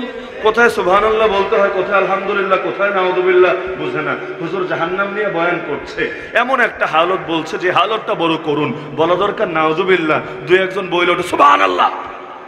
তো জাহান্নামের আলোচনার মধ্যে সুবহানাল্লাহ এটা বলে তুমি কি বোঝাচ্ছ? আবার কিছু লোক হল আলহামদুলিল্লাহ, সব জায়গায় আলহামদুলিল্লাহ, অর্থ বুঝুক বা না বুঝুক গণহারে বলতে থাকে আলহামদুলিল্লাহ। তো এখন কিছু লোকের আছে মুদ্রা দোষ, তো মুদ্রা দোষে জিনা করতে গিয়েও বিসমিল্লাহ বলে ফেলেছে, কি যে বলেছে খবরই নাই, মাথার মধ্যে কোনো অনুভূতি নাই আর সেন্সই নাই। এই ক্ষেত্রে তারে ডাইরেক্ট কাফের বলা যায় না, কিন্তু জেনে বুঝে ইচ্ছাকৃত ভাবে বিসমিল্লাহ বলে জিনা শুরু করলো, বিসমিল্লাহ বলে মদ খেলো, তাকে আর মুসলমানই বলা যায় না। তো এখন শেষ জামানের ফিতনার এইরকম অন্যতম ফিতনাই হলো এখানে কাম সবই চলবে, নামগুলো জাস্ট চেঞ্জ হয়ে যাবে। দেখেন না, এখন দুই একজনের লোকে সুদখোর বলে, অমুক সুদখোর, তমুক সুদখোর, তো বাকিরা কি? কিছু কিছু শব্দ আমি যদি আপনাকে বলি আপনি দালাল, শুনলে আপনারও মেজাজ গরম হয়ে যাবে। দালাল, এটা আবার কেমন শব্দ? দালালকে দলাল থেকে এসেছে কিনা তা আল্লাহ ভালো জানে। কিন্তু যদি বলে ব্রোকার, যদি বলে লবিস্ট, আমেরিকায় লবিস্ট নিয়োগ করেছে, এই লবিস্ট আবার কোন হালুয়া? লবিস্ট মানেই তো দালাল। কিন্তু এখন আমেরিকা দালাল নিয়োগ করেছে, সে দালালের বিনিময়ে মাসে 1 কোটি টাকা কামাই করে, শুনলেই তো মান ইজ্জতের থায় না, দালালের বাচ্চা দালাল। এ কথা যদি কেউ তারে বলে পুরো ইজ্জতটাই তার পাংচার হয়ে যাবে। এখন দালাল না বলে যদি ব্রোকার বলে, যদি লবিস্ট বলে, শুনলে সেই ফিল আসে। হালতটা আমাদের এমন কিনা? শব্দ নিয়ে যত অ্যালার্জি, কাম যা করে সমস্যা নাই, শব্দ এটা বলা যাবে না। এই শব্দটা যদি বলে তাহলেই বড় ইগোতে লাগে, তাহলেই বড় সম্মানে লাগে। অন্য শব্দ দিয়ে বললে সবকিছুই ঠিকঠাক ভাবে চলে। দেখেন না, আগেও ইসলামের বিরুদ্ধে যুদ্ধ ঘোষণা করে রেখেছিল কারা? আবু জাহাল, আবু লাহাব, বনু নাজির, বনু কুরাইজা, বনু কাইনুকা, রোম, পারস্য, এই যুগেও ঘোষণা করে রেখেছে। কিন্তু নাম সেগুলো দেয় নাই। নাম দিয়েছে কোথাও গণতন্ত্র, নাম দিয়েছে কোথাও জাতীয়তাবাদ, নাম দিয়েছে কোথাও ধর্মনিরপেক্ষতাবাদ। নামগুলো তো বড় সুন্দর, কিন্তু সাইনবোর্ড ব্যবহার করে কাজ করছে একটাই, সেটা হলো ইসলামের গোড়ায় কুঠারাঘাত। আমেরিকা মিশন নিয়ে নামলো ওয়ার ওয়ান টেরর, কত সুন্দর একটা শিরোনাম। সন্ত্রাসের বিরুদ্ধে অনন্তকালীন যুদ্ধ, কার ভালো না লাগে? সন্ত্রাসের বিরুদ্ধে যুদ্ধ হবে না তো যুদ্ধ হবেটা কিসের বিরুদ্ধে? নাম শুনে সবাই সেই রকম কাজ হয়ে গেল, বড় প্রভাবিত হলো। কিন্তু 20 বছর ফলাফল দেখার পরে বুঝলো এই ওয়ার ওয়ান টেরর আসলে তো ওয়ার ওয়ান টেরর না, এই ওয়ার ওয়ান টেরর তো পুরোই ওয়ার ওয়ান ইসলাম। যে ওয়ার ওয়ান টেররের কারণে কোরবানি হতে হলো ইরাকের মাজলুমদেরকে, কোরবানি হতে হলো আফগানের মাজলুমদেরকে, এমনকি যারা শান্তির সবক সারা দুনিয়াকে শিখিয়ে বেড়ায়, আর ওদের ছোট একটা বাচ্চার গায়ে টোকা লাগলে গোটা দুনিয়া গরম হয়ে যায়। কিন্তু ইরাকে হাজার হাজার না লক্ষ লক্ষ শিশুকে মারলো, এটা নিয়ে কারো কিছু বলার নাই। এখনো যখন যুদ্ধ চলছে, মাজলুম প্যালেস্টাইনের পক্ষে না দাঁড়িয়ে এখনো এসে তাকে জালেম ইসরায়েলের পক্ষে দাঁড়াতে হলো। রণতরীটা গাজায় না পাঠিয়ে, রণতরীটা আল কাসাম ব্রিগেডের মুজাহিদিনের জন্য না পাঠিয়ে রণতরীটা নেতানিয়াহুর বাহিনীর জন্যই পাঠানো হলো। কেন? এখানে এসে মানবাধিকার কেন অচল হয়ে গেল? এখানে এসে শান্তির সব সবক কেন ভুলে গেল? আরে বাংলাদেশে গণতন্ত্র আছে কি নাই এটা নিয়ে তার যেমন পেরেশানি, দরকার তো ছিল পেরেশানিটা সব জায়গা নিয়েই কাজ করবে। গণতন্ত্রের যদি এত খাঁটি প্রেমিকই হয়, মোহাম্মদ মুরসির পতন কারা ঘটালো? হাফেজ মুরসিকে কারা শহীদ করলো? আমি কারো পক্ষে বিপক্ষে বলা উদ্দেশ্য না, শুধু ডাবল স্ট্যান্ডার্ডটা দেখাচ্ছি। যদি গণতন্ত্রের প্রতি এত প্রেম থাকতো, গণতান্ত্রিক সরকারকে উৎখাত করে আজও পর্যন্ত সামরিক শাসনকে কেন অ্যালাউ করলো? গণতন্ত্রকে এত পছন্দ করে, সৌদির সঙ্গে এত ভাব তাহলে কেমনে চলে? সৌদিতে আবার গণতন্ত্র ছিল কবে? রাজতন্ত্র, রাজতান্ত্রিক দেশ, তারা তোমার দোস্ত হয় কিভাবে? তার মানে সবকিছুর মূলে হলো ধান্ধা, তন্ত্র মন্ত্র, এটা অধিকার সেটা অধিকার, এগুলো আসলে কিছুই না। তো এখন কখনো শয়তানে চলে নামে, কখনো চলে কামে, কখনো নামটাই খারাপ, কখনো নামটা বড় ভালো, কামটা খারাপ। আর মানুষ সাধারণত বাহ্যিক জিনিস দেখে বেশি প্রভাবিত হয়। ছোট বাচ্চাদের ক্ষেত্রে অনেক সময় দেখবেন আপনি কপালটারে ভ্রুকুঞ্চিত করে, কপালটারে গুছিয়ে তার দিকে খালি এভাবে ইশারা করছেন, মারছেন টাপছেন না, খালি ইশারা করছেন, দেখবেন ভ্যা করে কেঁদে দিয়েছে।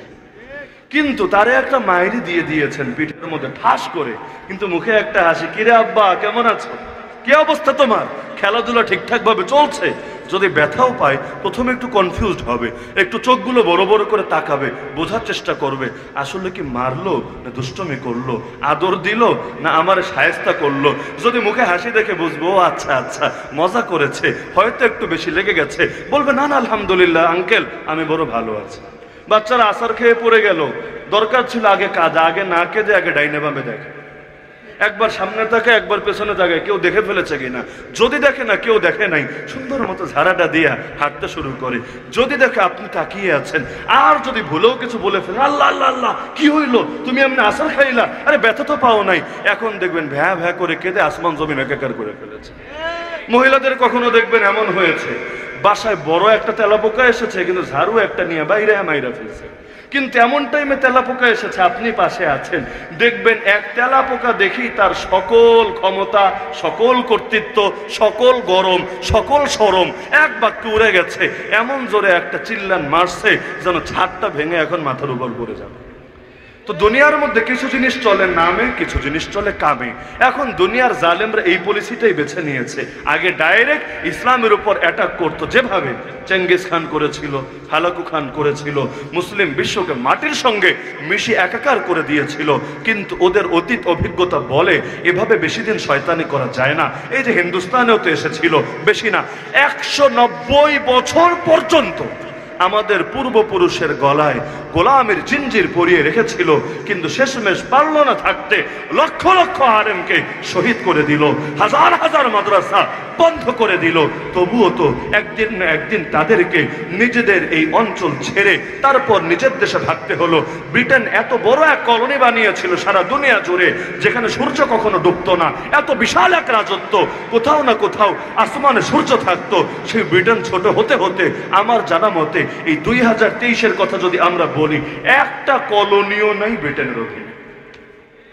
তো এক সময় এত বড়, এখন এত ছোট, এগুলো থেকে ওরা বুঝেছে কারো স্বাধীনতা কেড়ে নিয়ে, কারো গলায় গোলামের জিঞ্জির পরিয়ে, কাউকে খেপিয়ে দিয়ে বেশি দিন রাজত্ব করা যায় না। এক সময় মজলুম জাগেই জাগে, অধিকার ভালোয় ভালোয় না দিলে অধিকার ফিরিয়ে নেওয়ার জন্য প্রয়োজনে যুদ্ধে নামে। 70 বছর পর্যন্ত ফিলিস্তিনের মুসলমানদেরকে তো কম মারে নাই, কম রক্ত ঝরায় নাই, কম শহীদ করে নাই। কয়জন পাশে দাঁড়িয়েছে? আর অন্য জিনিস বাদ দেন, কয়জন ফতোয়া দিয়ে সারা দুনিয়ার মুসলমানদেরকে এই মুসলিমদের পক্ষে এক প্ল্যাটফর্মে আনার জন্য চেষ্টা করেছে। পৃথিবীর 180 কোটি মুসলমান যদি একসঙ্গে গর্জে উঠতো, আমাদের প্রথম কেবলা, আমাদের চাই চাই, আমাদের আল আকসা, আমাদের চাই চাই, যেভাবে আয়া সোফিয়া ফিরে এসেছে এভাবে বাবরি মসজিদকেও ফিরিয়ে আনতে হবে, এভাবে আল আকসাকেও মুক্ত আর স্বাধীন করতে হবে। আল আকসায় যাব, সকলে মিলে আমরা নামাজ আদায় করব সেখানে প্রাণ খুলে, এই দাবি যদি সকলে মিলে করত, মোটেও জটিল ছিল না। নিজেদের অধিকার কেড়ে নিতে পারত, কিন্তু মাজলুমের পক্ষে কথা বলার লোক বড়ই কম ছিল। 73 বছর পরে যখন ঘুরে দাঁড়ালো, যখন জালেমের কলিজার মধ্যে বড় শক্ত এক আঘাত হানলো, এখন অনেকের পেছনে আগুন লেগে গেছে। এখন তারা ফতোয়া দিতে শুরু করেছে, কামটা করলো কি? এটা তো আত্মহত্যা, এটা তো আত্মঘাতী। আরে ওরা মেরেছে, বিপরীতে যদি ওদেরকে মারে ওরা কি বাঁচবে?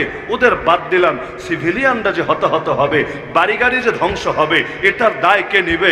আরে এতকাল যেন মারতো না, কোলে তুলে যেন খালি চুমু দিত, এখন মারতে শুরু করেছে, এখন তোমার কলেজে আগুন ধরেছে, উড়ে এসে জোরে বসলো। স্বাধীন দেশকে দখল করে তাদেরকে এক পাশে ফেলতে ফেলতে পশ্চিম তীরের সামান্য অংশ আর খালি গাজাটা বাকি রাখলো। বাংলায় বলে গাজা, আরবিতে বলে গাজ্জা। এই গাজাটা বাকি রাখলো, বাকি সব তো খেয়ে ফেললো। মুসলমানদের থেকে তাদের কেবলা, প্রথম কেবলা পর্যন্ত ছিনিয়ে নিল। এত এত জুলুম করলো, তখন তোমার মনে হয় নাই মাজলুমের অধিকার আছে আঘাতের জবাবে প্রতিঘাত হানার? মাজলুমের অধিকার আছে ইটের জবাবে পাটকেল ছুড়ার। উযিনা লিল্লাযীনা ইউকাতালুন বিআন্নাহুম যুলিমু, যারা মাজলুম হবে আল্লাহ বলেছেন তাদেরকে অনুমতি দেওয়া হয়েছে আঘাতের জবাবে প্রতিঘাত হানার জন্য। আখরিজুহুম মিন হাইতু আখরাজুকুম, তারা যেভাবে বের করে দিয়েছে তোমাদেরকে তোমাদের এলাকা থেকে, রব্বুল আলামিন বলছে এবার তোমরা ওদেরকে উচ্ছেদ করবে ওদের জমিন থেকে।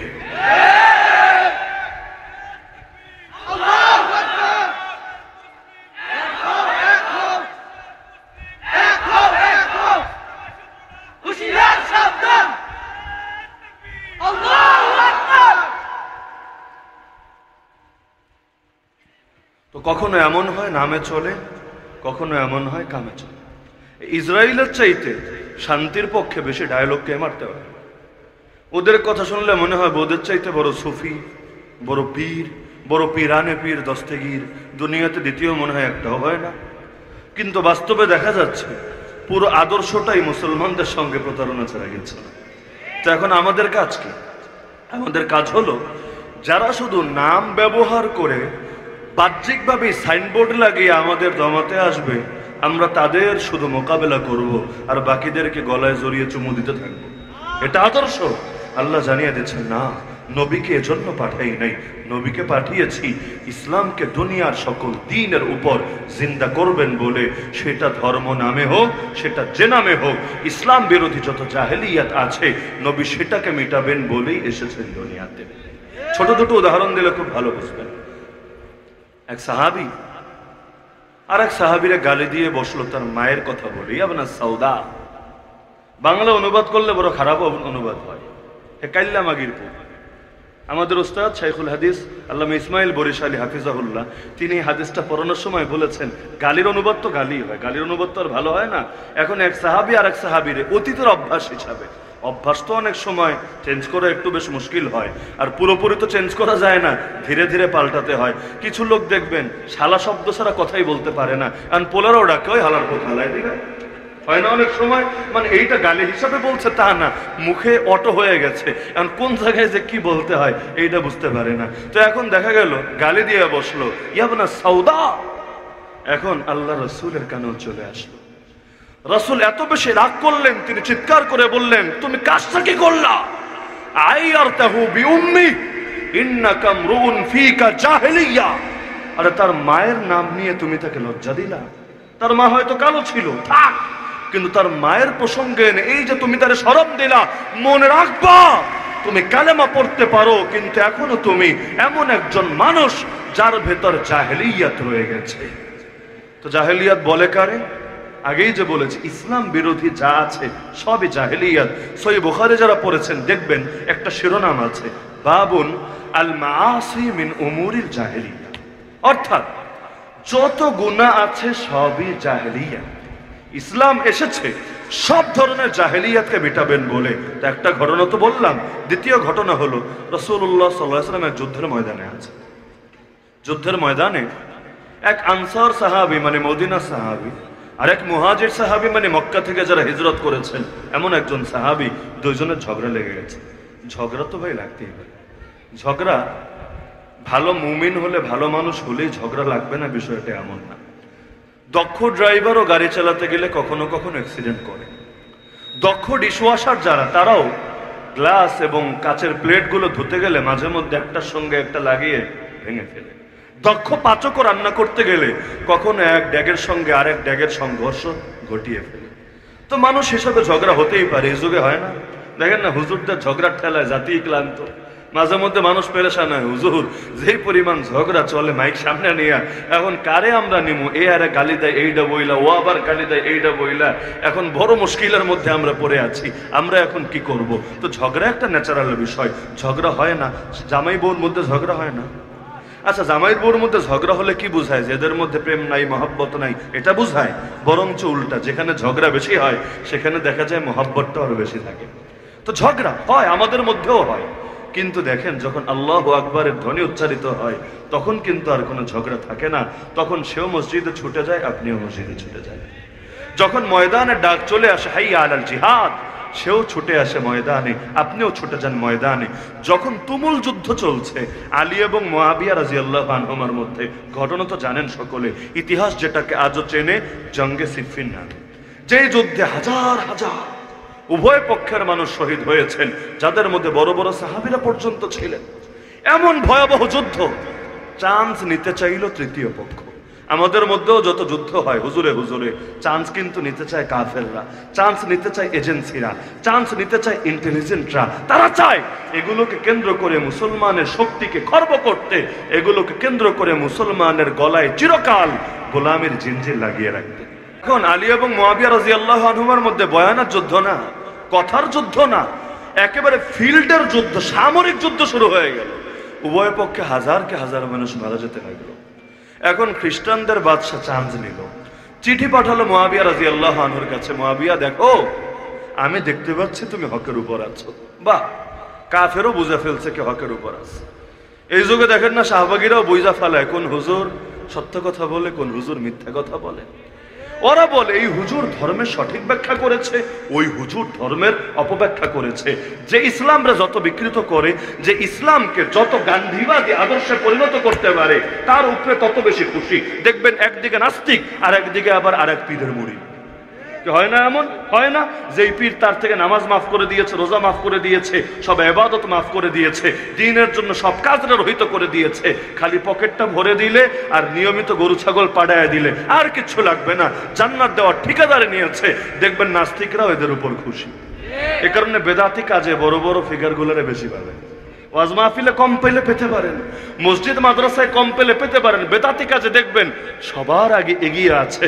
এমনকি মাইক হাতে নিয়ে ওরা আর কি বক্তব্য দেয়, তার চাইতে বড় বক্তব্য দিয়ে ময়দানটা গরম করে ফেলেছে। তো এখন খ্রিস্টান বাদশা লিখছে, মুয়াবিয়া আমি দেখতে পাচ্ছি আলী ভুলের উপর আছে আর তুমি হকের উপর আছো। বলে না নাউযুবিল্লাহ। তুমি যদি চাও আমি বিশাল এক বাহিনী তোমার সাহায্যে পাঠিয়ে দেব, যারা তোমার বিরোধী পক্ষ, তোমার বিরোধী পার্টি যারা, তাদের সর্দার আলীর কল্লা কেটে তোমার কদমে লুটিয়ে দেবে। এই যুগে অফার পেলে লাফায় লাফায় রাজি হতো। বিরোধী দলটা দমন করার এর চাইতে বড় কি সুযোগ লাগে? আরে যদি আলী রাদিয়াল্লাহু আনহু শহীদ হন তাহলে তিনি আমির হবেন, স্বাভাবিক ব্যাপার। আর আলী রাদিয়াল্লাহু আনহুকে তিনি মারলে তার বদনাম হবে, লোকে বলবে দেখেছো আরেকজনে মেরে ক্ষমতা নিচ্ছে। কিন্তু যদি এমন হয় কাফের এসে মেরে দিয়েছে, দুনিয়ার কারো মনে কোনো ভুল ধারণা তৈরি হবে কাফের তো মারতেই পারে, আগেও কতজনকে মেরেছে, আগামীতেও মারবে, তাকেও মেরেছে, তো কি হয়েছে?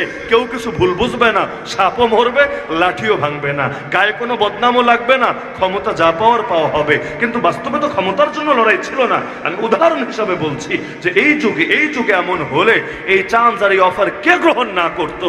কিন্তু মুয়াবিয়া রাদিয়াল্লাহু আনহু ফিরতি চিঠি পাঠালেন। বলবেন কি লিখেছেন চিঠিতে? Thank you, welcome? না, চিঠির প্রথম বাক্য অনুবাদ করলেও কারো কাছে খারাপ লাগতে পারে। প্রথম বাক্য হলো ইয়া কালবার রোম। রোম হলো বর্তমান ইউরোপ। সেই রোমের তৎকালীন রাজধানী ছিল কনস্টান্টিনোপল। তো এখন রোমের বাদশাকে বলছেন ইয়া কালবার রোম, হে রোমের কুত্তা। বলবেন গালি দিল কিসের জন্য? গালি দিল কিসের জন্য? এটা মুয়াবিয়া রাদিয়াল্লাহু আনহুকে জিজ্ঞেস করেন, আমারে জিজ্ঞেস করে কি লাভ? কিন্তু বাস্তবতার শোনাচ্ছি, এত বেশি তিনি রাগান্বিত হলেন, এত বেশি কষ্ট পেলেন যে তিনি ডাইরেক্ট বললেন ইয়া কালবার রোম, রোমের কুত্তা কান খুলে শুনে রাখ, ভাইয়ে ভাইয়ে ভুল বোঝাবুঝি হয়েছে, এক সময় মিটমাট হয়েও যাবে। আরে মাঝখানে এসে তুই না গলানোর গেলে, যদি তুই তোর জবান না সামলাস, আরে আমি মুয়াবিয়া এমন বিশাল এক বাহিনী পাঠাবো যার প্রথম সদস্য থাকবে তোর সামনে, সে সদস্য থাকবে আমি মুয়াবিয়ার সামনে, সামদেশে। তারা গিয়ে তোর কল্লা কেটে এটাকে লুটিয়ে দেবে আলীর কদমে। কি বুঝলেন? তুমুল যুদ্ধ, রক্তারক্তি, কিন্তু কাফেরের বিরুদ্ধে এক। ইন্নাল্লাহা ইউহিব্বুল্লাযীনা ইউকাতিলুনা ফি সাবিলিহি সাফফা কাআন্নাহুম বুনিয়ানুম মারসুস। আল্লাহ বড় ভালোবাসেন তাদেরকে যারা সীসা ঢালা প্রাচীরের মতো লড়াই চালিয়ে যায় কুফরি শক্তির বিপক্ষে। আল্লাহ বড় ভালোবাসেন তাদেরকে। তো এখন সেই ময়দানের কথা বলছিলাম। এক মুহাজির সাহাবী এক আনসার সাহাবীর মধ্যে ঝগড়া লেগে গেছে, একজন আরেকজনকে আঘাত করে বসেছে। এবার আনসার সাহাবীর একটু ইগোতে লেগেছে, আরে বেটা তুই আর এক দেশ থেকে উইরা এসে জুইরে বইসা না আমারে পিডাস, মেজাজ কার গরম না হবে? আপনার এলাকার লোক আপনারে পিডাইলে বুঝবেন না, এলাকার পোলাপান বেশি কিছু বলা যাবে না, চুপ থাকে। আর এক এলাকার কেউ এসে যদি রিক্সাওয়ালাও কিছু কয়, রিক্সাওয়ালা কয় তোরেও দেখায় দেবো, খালি যা ওই গলিতে যা, বাকিটা আমি বুঝালো। তো অন্য এলাকার লোকে মারলে একটু মেনে নেওয়াটা কঠিন হয় না? তা আনসারী সাহাবীরও কষ্ট লাগলো, তুই বেটা মক্কা থেকে আইসা আমারে মারলি, এত বড় সাহস! চিৎকার করে বলে উঠল ইয়া আল আনসার, আনসারী সাহাবীরা তোমরা কি কোথায় আছো, জলদি ছুটে আসো। এবার মুহাজির সাহাবীকে বসে থাকবে, সবাই আসলে তারে ধরে একারে পিটাবে না। তিনি বললেন ইয়া আল মুহাজিরিন, হে মুহাজিরিন তোমরা কোথায় আছো, তোমরা জলদি আমার সাহায্যে ছুটে আসো। এবার দুই দল হয়ে গেল, এপাশে আনসারী সাহাবী, এপাশে মুহাজির সাহাবী। এখন হালতটা বড় সঙ্গীন, যুদ্ধ লেগে যাবে, মারামারি লেগে যাবে, আর অস্ত্র তো সবার হাতে হাতে আছে, যুদ্ধের ময়দানেই তো তারা। এখন যদি নিজেদের মধ্যে রক্তক্ষয়ী সংঘর্ষ হয়, আর এই চান্সে যদি কাফেররা অ্যাটাক করে, মুহাজিরও মরবে, আনসারও মরবে। তা এখন আল্লাহর রাসূলের কানে যখন আওয়াজ গেল ইয়া রাসূলুল্লাহ দেখেন আপনার সাহাবীদের মধ্যে এই বিষয় নিয়ে দ্বন্দ্ব লেগে গেছে, মায়ের লাগবে অবস্থা, এখন কি করণীয়? রাসূলুল্লাহ সাল্লাল্লাহু আলাইহি সাল্লাম তখন বললেন, তাদেরকে একত্রিত করে ডাকিয়ে তাদেরকে বললেন, আরে কি করলা তোমরা? মা বালু দাওয়াল জাহিলিয়া দাউহা ফাইন্নাহা মুনতিনা।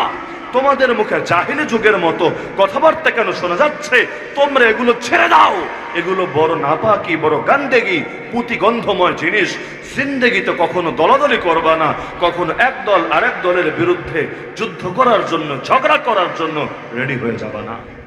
তো এই যে আজকের দুনিয়ার পরিচয় কি? মুসলিম পরিচয় তো এই যুগে কোনো পরিচয় না, এটা একটা সেকেন্ডারি অপশন হিসাবে থাকে। মূল পরিচয় কখনো হয় দেশীয় পরিচয়। দেশীয় পরিচয়টাই মুখ্য। যেমন ধরেন, আমরা আমাদের বয়সে দেখেছি একাধিকবার শাইখুল ইসলাম আল্লামা তাকি উসমানী হাফিজাহুল্লাহকে বাংলাদেশে আসতে দেওয়া হয়নি, ভিসা দেওয়া হয়নি। কিসের জন্য? পাকিস্তানি মানুষ। যদিও পাকিস্তানি মানুষ এই দেশে নিয়মিত আসে, ওই যে তৈয়ব শাহ, তাহের শাহ এসে চিটাগাংডারে গরম করে রাখে 12 রবিউল আউয়ালে। ওই দেশে তো ভাত পায় না, এ কারণে এই দেশে উড়ে এসে ঝুলে বসে। এখন তোমার যদি এতই প্রেম থাকতো, এতই ডিমান্ড থাকতো, তোমার দেশেই তো তুমি এই দিনটা দিতা। কারণ 12 রবিউল আউয়াল তো ওর দেশেও আসে, তো বাদ দিলাম। কিন্তু আমরা দেখেছি তাকি উসমানী সাহেবকে আসতে দেওয়া হয় না। কিন্তু যখন নরেন্দ্র মোদীকে নিয়ে আন্দোলন হয়ে হয়ে দেশ গরম হয়ে যায়, তখনও কেউ তারে বাধা দেয় না। কেন? কারণ তুমি ভারতে জন্ম নিয়েছো, সুতরাং তুমি আমার বন্ধু। তুমি গুজরাটকে রক্তাক্ত করলে করো, তুমি কাশ্মীরে মুসলমান মারলে মারো, তুমি দারুল দেওবন্দের বিরুদ্ধে অবস্থান নিলে নাও, তুমি আসামের মুসলমানদের নাগরিকত্ব কেড়ে নিলে তাও নাও। যেহেতু তোমার জন্ম ভারতে, সুতরাং তুমি আমার বন্ধুই বন্ধু। আর আল্লামা তকি উসমানী যত বড় আলেম হোক, তার চাইতে বড় আলেম এই পৃথিবীতে দ্বিতীয় কেউ যদি নাও থাকে, তারপরও যেহেতু তার জন্ম পাকিস্তানে, সুতরাং সে আমার শত্রুই শত্রু। যার জন্ম আমেরিকায়, সে আমার বন্ধুই বন্ধু। যার জন্ম আফগানে, সে আমার শত্রুই শত্রু। এটা হলো এই যুগের মানসিকতা। আবার এটা তো হলো দেশ হিসাবে, কখনো হয় দল হিসাবে। এ এক দল করে, আমি এক দল করি। এখন সে ভালো বললেও আমি বলবো খারাপ, আমি ভালো করলেও সে বলবে খারাপ। আমি মরলে সে খুশি হবে, সে বিপদে পড়লে আমি আনন্দিত হব, মিষ্টি বিতরণ করব। এটাই এই যুগের মানুষের খাসলাত। শক্তি আছে, শক্তি কাফেরের বিরুদ্ধে ইসলামের পক্ষে ব্যয় না করে শক্তি ব্যয় করবে নিজের দলকে এগিয়ে নেওয়ার জন্য। শক্তি ব্যয় করবে অন্য দলের মুসলমান মুমিন, একই আল্লাহর বান্দা, একই নবীর উম্মতকে দুনিয়া থেকে মিটিয়ে দেওয়ার জন্য। ভাগ হতে হতে এই পৃথিবীতে মুসলমান যত বেশি ভাগ হয়েছে, ব্যক্তিগতভাবে আমার ধারণা এত বেশি ভাগ এই আসমান, এই জমিন কোনোদিন দেখে নাই। মুসলমান নিজেদের এত বেশি শত্রুতে পরিণত হয়েছে। যত বড় শত্রু হয়তো এই পৃথিবীতে মুসলমান কখনোই আরেক মুসলমানের ছিল না। এখন আমাদের দমনের জন্য আমরাই যথেষ্ট হয়ে গিয়েছি। তো এখন জাহেলিয়াতের বিরুদ্ধে মোকাবেলা করবেন কেন? আর এক দলের বিরুদ্ধে মোকাবেলা করেই তো শেষ করতে পারি না। সিনেমা হল চালু থাকলে থাক, পারলে মিলাদ শরীফ পরে উদ্বোধন করে দিয়ে আসবো। এই দেশের বেশিরভাগ সিনেমা হল মিলাদ দিয়ে উদ্বোধন হয় না, দোয়া দুরুদ হয় না।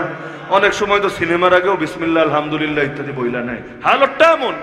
আর আরেক দিকে আরেক দলের মুসলমানের মাহফিল বন্ধ করতে পারলো, বলবো আলহামদুলিল্লাহ মাশাআল্লাহ, একটা কামের মতো কাম হয়েছে, একটা হুজুরের আলোচনাকে আমি বন্ধ করতে পেরেছি। নাউযুবিল্লাহ। শাহবাগের রাসূলকে গালি দিলে দেখ, আসাদুন্নুররা নবীর সঙ্গে বেয়াদবি করলে করুক, এই কাদিয়ানির বাচ্চারা আল্লাহর নবীর খতমে নবুয়তের চাদর নিয়ে টানা হাচড়া করলে করুক, এই হিজবুত তাওহীদ ইসলামের গোড়ায় কুঠারাঘাত করলে করুক, কিন্তু এগুলো নিয়ে ভাবার সময় কোথায়? আমি তো ভিন্ন মতের মুসলমানদের দমই এখনো শেষ করতে পারছি না। বাস্তব না অবাস্তব? বাস্তব না অবাস্তব? যদি এটা মানেন নবীর পথে আমাদের পথ, নবীর মিশনে আমাদের মিশন, নবীর ভিশনে আমাদের ভিশন, নবীর লক্ষ্যই আমাদের লক্ষ্য, তাহলে এটাও আপনাকে মানতে হবে জাহেলিয়াতকে মিটানোর জন্য যেহেতু নবী দুনিয়াতে এসেছেন, আল্লাহ কোরআনের একাধিক আয়াতে জানিয়েছেন, সুতরাং তার উম্মত হিসাবে আমাদেরকেও জাহেলিয়াতের বিরুদ্ধে লড়াই চালিয়ে যেতে হবেই হবে। এখন সেই জাহেলিয়াতের নাম যাই হোক, বাংলাদেশের জন্য সবচাইতে বড় জাহেলিয়াতের নাম সেকুলারিজম। বিশ্বাস হয় না? বলবেন হচ্ছে ধর্ম নিরপেক্ষতা, তো ধর্মহীনতা না। আমি বলবো ভাইরে ভাই, ইসলামের ব্যাপারে নিরপেক্ষ হওয়ার সুযোগ কোথায়? নিরপেক্ষ মানে তো তুমি আল্লাহর পক্ষেও না, তুমি ইবলিসের পক্ষেও না। নিরপেক্ষ মানে তুমি আখিরাতের পক্ষেও না, দুনিয়ার পক্ষেও না। নিরপেক্ষ মানে তুমি হকের পক্ষেও না, বাতিলের পক্ষেও না। একজন নিজেকে মুসলমান বলে তার নিরপেক্ষ হওয়ার সুযোগ কোথায়? ইসলাম তো পূর্ণাঙ্গ দিন।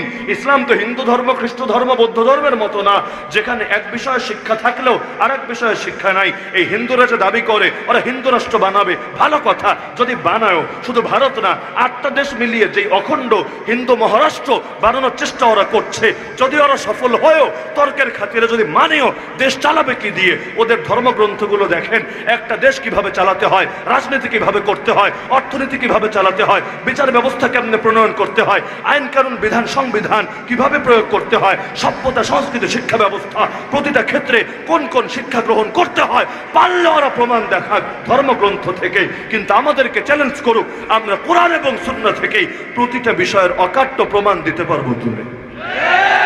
আমাদের নিরপেক্ষ হওয়ার সুযোগ কোথায়? নিরপেক্ষ হবে সে যারটা বেশি ভালো না, যারটা কম উত্তম, সে মাঝামাঝি অবস্থানে থাকতে পারে, একুলেও নাই ওকুলেও নাই, দুইটাই ভেজাল, মাঝামাঝি থাকি, কোনো ভেজালে জড়ানোর দরকার নেই। ইসলামকে অনুত্তম, ইসলামের চাইতে দামি কিছু হয়? ইসলামের চাইতে পারফেক্ট কিছু হয়? ইসলামের চাইতে পৃথিবীরও সকল সমস্যার বড় কোনো সমাধান হয়? যদি নাই হয়, ইসলামের পক্ষে থাকতে সমস্যা কোথায়? হয়তো মানবেন ইসলাম পরিপূর্ণ না, অথবা বলবেন সব ক্ষেত্রেই ইসলাম আঁকড়ে ধরতে হবে। যদি বলেন ইসলাম পরিপূর্ণ না, আপনি বেঈমান, মুসলমান থাকার সুযোগ নাই। যদি বলেন ইসলাম পরিপূর্ণ, তাহলে আপনার মানতে সমস্যা কোথায়? ব্রিটিশ আইন কখনো ইসলামী আইনের চাইতে সুন্দর না। মানব রচিত বিধান কখনো আল্লাহ রাব্বুল আলামিনের ডাইরেক্ট বলা বিধানের চাইতে বেশি সুন্দর হতে পারে না। আল্লাহ এবং মানুষের মধ্যে যেমন তুলনা চলে না, আল্লাহর বিধান এবং মানুষের বিধানের মধ্যেও কোনো তুলনা চলতে পারে না। যদি জগতে ইসলাম না আসতো, আল্লাহ স্বাধীনভাবে ছেড়ে দিতেন আকলের উপর, যা মনে চায় তা করতাম। কিন্তু নবী বলেছেন, পথ যদি হারাতে না চাও, একই পথে যদি থাকতে চাও, দুটো জিনিস দিয়ে গেলাম, ধরে রাখতে হবে। যতদিন ধরে রাখবা পথ হারাবা না। একটার নাম কিতাবুল্লাহ, আর একটার নাম সুন্নাতু রাসূলিল্লাহ সাল্লাল্লাহু আলাইহি ওয়াসাল্লাম। আল্লাহর কিতাব আর তার নবীর জীবন আদর্শ, এ দুটো যতদিন ধরে রাখবা পথ হারাবা না। এগুলোকে ছেড়ে নতুন নতুন তন্ত্র মন্ত্র বাদ মতবাদ চাই ধরো না কেন, পথ শুধু হারাবা আর হারাতেই থাকবা। মুসলমানের জন্য কেন সেকুলারিজম? সেকুলারিজম দুনিয়ায় এসেছে খ্রিস্টবাদের বিপরীতে। খ্রিস্টবাদ সমস্যা সমাধান দিতে পারে নাই, বরং জ্ঞান বিজ্ঞানের পথে বাধা হয়েছে। বাধাকে মেটানোর জন্য দুনিয়ায় সেকুলারিজম আবিষ্কার হয়েছে। ইতিহাস পড়েন, মুসলমানের সেকুলারিজম লাগবে কিসের জন্যে? আল্লাহ কি যথেষ্ট না তার বান্দার জন্যে? সূরা জুমার আয়াত সম্ভবত 52, আল্লাহ নিজে প্রশ্ন ছুড়েছেন, আলাইসাল্লাহু বিকাফিন আবদা, আল্লাহ কি তার বান্দার জন্য যথেষ্ট না? যদি যথেষ্ট হয়, আল্লাহকে বাদ দিয়ে তারা অন্যের ভয় কেন দেখায়? সুতরাং আসেন এখন থেকে নবীর পথকেই নিজেদের পথ বানাই, নবীর মতকেই নিজেদের মত বানাই, নবীর মিশন ভীষণকেই উম্মতি হিসাবে, নবী প্রেমিক হিসাবে আঁকড়ে ধরি। নবী এসেছেন জাহেলিয়াতকে মেটানোর জন্য, আমরাও জাহেলিয়াতের বিরুদ্ধে অনন্ত যুদ্ধ চালাতে থাকি। চলো যাই যুদ্ধে জাহেলিয়াতের বিরুদ্ধে, চলো যাই যুদ্ধে ভণ্ডামির বিরুদ্ধে, চলো যাই যুদ্ধে বেদাতের বিরুদ্ধে, চলো যাই যুদ্ধে আল্লাহ এবং তার রাসূল বিরোধী যত আদর্শ আছে সবগুলোর বিরুদ্ধে। পারবেন না ইনশাআল্লাহ? যদি শুধু নিজেরা নিয়ে ভাবতে চাই, তাহলে শ্রেষ্ঠ কোনোদিনও হতে পারবো না। উখরিজাত লিন-নাস, সবাইকে নিয়ে ভাবতে হবে, জমিনটা নিয়ে ভাবতে হবে। আল্লাহর জমিন আল্লাহকে ফিরিয়ে দিতে হবে। এই জমিন কুফর শিরিক দিয়ে ভরে যাচ্ছে, দাজ্জালের রাজত্ব কায়েম হচ্ছে। একজন মুসলমান কিভাবে এটা সয়ে নিতে পারে? আসেন না আল্লাহর জমিন, আল্লাহর দিন প্রতিষ্ঠিত করি। আল্লাহর দিন শান্তির দিন। ইসলাম শান্তির দিন না অশান্তির দিন? কি মত আপনাদের, শান্তির দিন না অশান্তির দিন? যদি ইসলাম শান্তির দিন মানেনি, তাহলে ইসলাম কায়েম হওয়া মানে কি? শান্তি কায়েম হওয়া না অশান্তি কায়েম হওয়া? যদি ইসলাম মানে শান্তি হয়, ইসলামের পথে আসেন, ইসলাম কায়েমের পক্ষে আর কোনো ধরনের ভেদাভেদ না রাখি, ভুল বোঝাবুঝি না রাখি, সকলে হাতে হাত রেখে কাঁধে কাঁধ মিলিয়ে আল্লাহর জমিনের প্রতিটা ইঞ্চি ইঞ্চি মাটিতে আল্লাহর দিন কায়েম করি। ইসলাম জিন্দাবাদ, বাতিল মুর্দাবাদ। ইসলাম জিন্দাবাদ, জাহেলিয়াত মুর্দাবাদ। তাওহীদ জিন্দাবাদ, শিরিক মুর্দাবাদ। সুন্নাত জিন্দাবাদ, বেদাত মুর্দাবাদ। আল্লাহ তাআলা আমাদের সবাইকে কবুল করুন, তৌফিক দান করুন। আল্লাহ তাআলা এই মাহফিলকে কবুল করুন।